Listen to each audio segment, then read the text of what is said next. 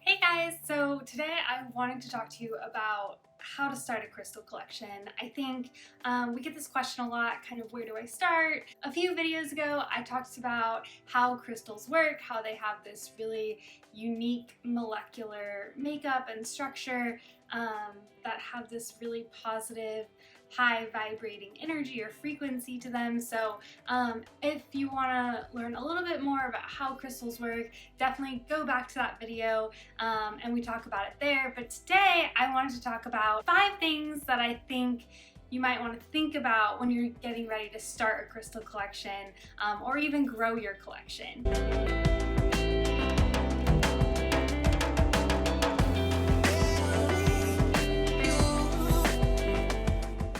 It's important to kind of know and decide what you want from your crystal collection. There's a lot of different ways to use crystals. It can be used for home decor, it can be used for rituals or practices such as meditation, setting intentions, energy healing, and lifting your vibrations. Hold in your pocket throughout your day for a little extra support or for a reminder of the positive thoughts that you want to think about in your day. And it can also be used to gift to others. I think crystals are just a really beautiful, meaningful, and thoughtful gift, and it's a beautiful way to tell your friend or loved one that you're thinking of them, a friend who might be going through a hard time and just needs a little bit of reminder that you're here for them, that you love them. So those are a few of the different ways that you can use crystals, and I think it's important to decide kind of where you want to start. And you can always use crystals for all of these reasons, but when you're first starting your crystal collection, it's really helpful to decide how you want to use them, so then it kind of helps you figure out exactly what to look for. So I think it's really important to just kind of jot down a few ideas where you might want to put your crystals, how you might want to use them, and again, this can change. So this is just kind of a good way to get started. So once you decide how you want to use your crystals or kind of why you want to start this crystal collection, and again, don't overthink this, just kind of have a few ideas. I think it'll really help guide you in the right direction when you're looking for your crystals. And once you decide that, the next thing to think about is where to shop, where to find your crystals.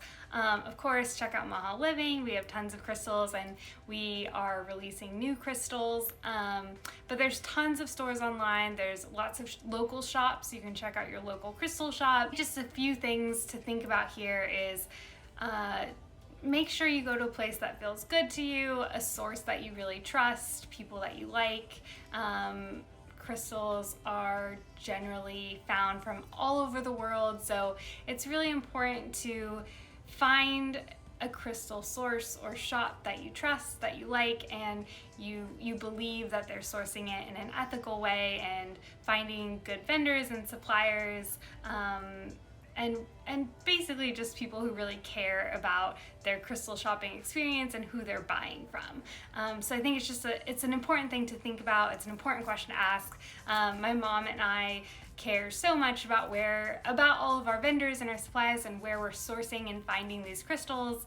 It's really important to us who we're buying from, the quality of the crystal. That's something that's really important to us and something that I definitely think is important to think about when you're purchasing and finding crystals to add to your collection. So the third thing to think about is how to pick or choose your crystal. And this one's really fun. Basically, just what crystal are you drawn to? What crystal do you just see and you feel this pull that you have to have it? If you've ever been to a crystal shop and there's a bucket of crystals, all of the same stone, for example, there's always one or two that you're attracted to. And it's so cool. Like, you just go, you look at the crystals and that's the one that you want. So I think we get a lot of questions about how to choose a crystal, online when you can't necessarily hold them, you can't necessarily see them. And I think it's a great question, and I think it really works the same. Whether you see them in a photo or a video, you're attracted to a crystal. Go with your gut, trust your intuition, and choose a crystal that makes you happy. I think I say this all the time, but it's so important that crystals bring you joy. That's what they're here for.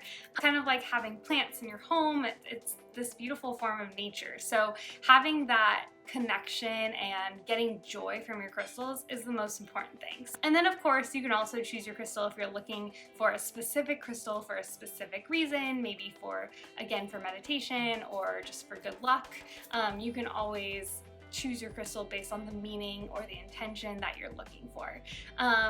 But a lot of times picking a crystal is just being drawn to this one crystal and you don't really know why, but you love it and you're excited to receive it, you're open to receiving it, and it's as easy as that.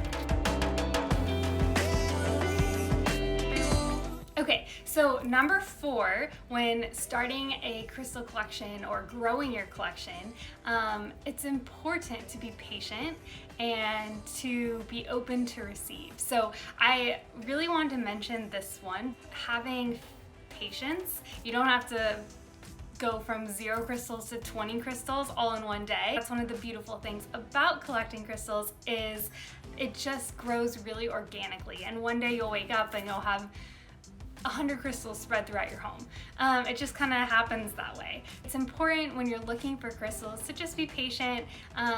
You know, if something pops up at the right time, at the right moment, and you're super called to this crystal and you're super excited about it, you know, that's when you know to choose that crystal for where you are right now. Yeah, just a reminder that growing a crystal collection is a really fun, intuitive, and free-flowing journey. In addition, with being patient, just being open to receive. It's so fun to give crystals as a gift and to be given crystals as a gift. So there's just such a beautiful story between that process. So maybe a crystal pops up for, not for you, but for a friend that you're thinking about who's maybe going through a hard time or maybe going through a good time, but you just want to let them know that you're thinking of them. Go ahead and send them that meaningful reminder. And then it's amazing to see how a crystal all of a sudden pops up to your life in return. So number 5, the last thing to know about starting and growing a crystal collection is how to take care of your crystals. So kind of like having a plant again in your home. You have to water it, just give it sunlight and watch it grow. Crystals in a similar way need to be cleansed and charged. So it's important to take care of your crystals to kind of make sure that you're helping them radiate or vibrate that energy at the highest frequency. So there's a couple different ways to cleanse and charge them. Crystals love being under sunlight. That's one way. So every so often you can put them in the sun. Do be careful because some crystals will fade with too much sunlight. So just make sure you keep an eye out for which crystals fade under the sun. Using sage or Palo Santo essential oil spray. We do have our essential oil sage spray, or maybe an incense stick, using these medicinal herbs and essential oils to cleanse the energy surrounding the crystals. So every so often you can just spray your crystals, or you can use the smoke and sage or use Palo Santo over your crystals. Again, do be careful. Some crystals cannot go underwater, like selenite for example. So not all crystals can go underwater, be careful of that. But water can also be used for other crystals that can handle it. And then a really popular way is gathering up all of your crystals and putting them outside overnight under a full moon. That's a beautiful way to charge them. It's also it's a beautiful way to bring all of your crystals together and see how far your collection has come. Yeah, there's several different ways to cleanse and charge your crystals. So just remember every so often to do that. I think it's important to kind of incorporate this practice into your daily lifestyle and figure out what works for you, whether that be a daily cleanse, a weekly cleanse, a monthly cleanse, or kind of like a quarterly house cleaning. So those are the 5 things to know before you start your crystal collection, or as you're growing your crystal collection. I hope you found those helpful. Also, I will say that, you know, one good way to start a crystal collection is to maybe just buy a bundle of pocket stones. For example, we have our wellness kit, which comes with 7 different smaller size, maybe like 1 to 2 inch tumbled or polished stones. And that's a great way to start your crystal collection and just kind of see which ones you're attracted to, and then you can go from there.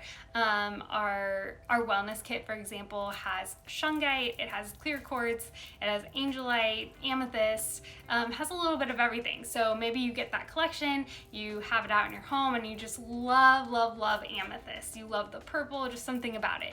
Well, now you know that maybe you need to keep an eye out for more amethyst, maybe a geode or a different type of amethyst. Those are really beautiful. So then you can add more amethyst, maybe a larger amethyst to your home. So I think that's a really good way to kind of get a feel for which type of stone you want to add to your crystal collection first. And as always, I think it's so important to just have fun with it, go with the flow. Crystals are meant to make you happy, they're meant to lift our vibrations, they're meant to make your space feel good. So yeah, just get excited about it, have fun with it.